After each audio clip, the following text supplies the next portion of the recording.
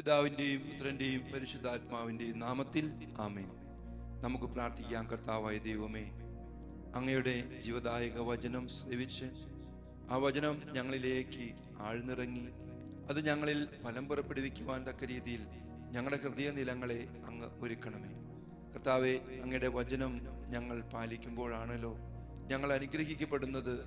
ഞങ്ങൾ ആ വചനത്തോട് ചേർന്ന് നിൽക്കുമ്പോൾ അത് ഞങ്ങളെ ഫലം പുറപ്പെടുവിക്കുന്നവരാക്കി മാറ്റുമെന്ന് തിരിച്ചറിയുന്നു. ഈ ഒരു ബോധ്യം ഈ ദിവസം ഞങ്ങളിൽ നിറയ്ക്കണമേ. ആമേൻ. ഈശോയിൽ സ്നേഹമുള്ളവരെ, വിശുദ്ധ പൗലോസ്ലീഹ റോമാക്കാർക്കെഴുതിയ ലേഖനത്തിന്റെ 10-ാം അധ്യായം അതിന്റെ 17-ാമത്തെ തിരുവചനം നമ്മൾ വായിക്കുന്നു.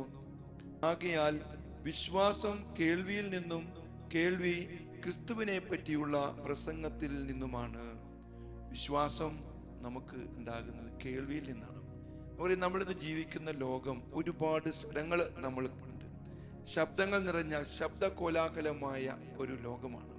ദൈവത്തിന്റെ ശബ്ദം തിരിച്ചറിയാനായിട്ട് മൗനം വേണം.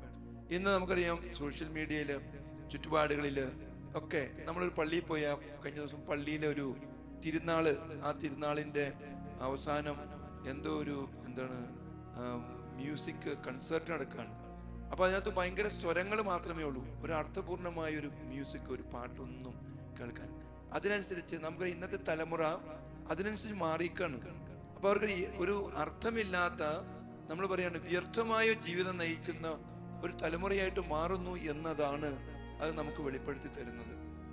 പ്രിയങ്ങളെ, ഈ തരുണത്തിലാണ് കർത്താവ് നമ്മളോടൊന്ന് പറയുന്നത്, ശബ്ദങ്ങൾ നിറഞ്ഞ ലോകത്തിൽ ആ ദൈവത്തിന്റെ ശബ്ദം തിരിച്ചറിയാൻ നമുക്ക് മൗനം വേണം. മൗനത്തോടു കൂടെ കേൾക്കുക. ദൈവവചനം കേൾക്കാനായിട്ട് ഒരു ഹൃദയത്തിൽ തുറവി നമുക്ക് ആവശ്യമാണ്.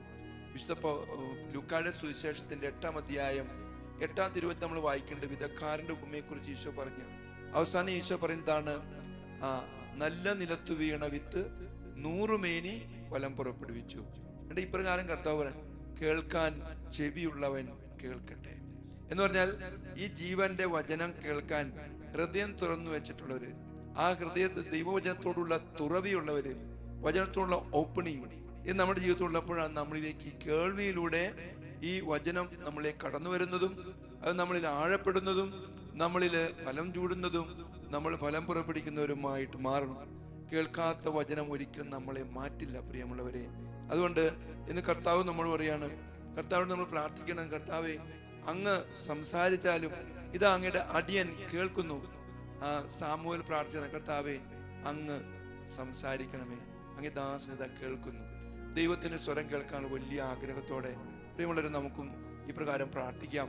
ദൈവത്തിന്റെ വചനത്തിന് കാതോർക്കാൻ ഈ ജനുവരി മാസം 21-ാം തീയതി പ്രഭാതത്തിൽ കർത്താവിന്റെ വചനം കേട്ട് ആ വചനം നമ്മുടെ ജീവിതത്തിൽ ധ്യാനിച്ച് വചനത്തിനനുസരിച്ച് നമ്മുടെ ജീവിതത്തെ ക്രമപ്പെടുത്തി നമ്മുടെ ജീവിതം ദൈവോന്മുഖമാക്കാം, ഫലം പുറപ്പെടുവിക്കുന്നവരാക്കാം, അനുഗ്രഹമായിട്ട് മാറാൻ വേണ്ടി പ്രാർത്ഥിക്കാം. ദൈവം നമ്മെ ഓരോരുത്തരെയും അനുഗ്രഹിക്കുന്ന ഈ ദിനം കർത്താവിന്റെ കരുണയ്ക്കായിട്ട്, കർത്താവിന്റെ ശക്തി നമ്മൾ നിറയാൻ വേണ്ടി പ്രാർത്ഥിക്കാം.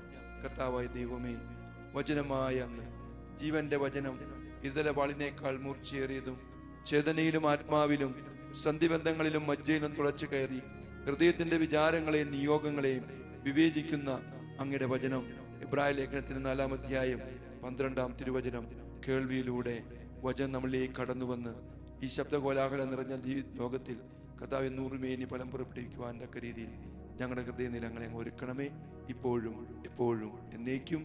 ആമേൻ.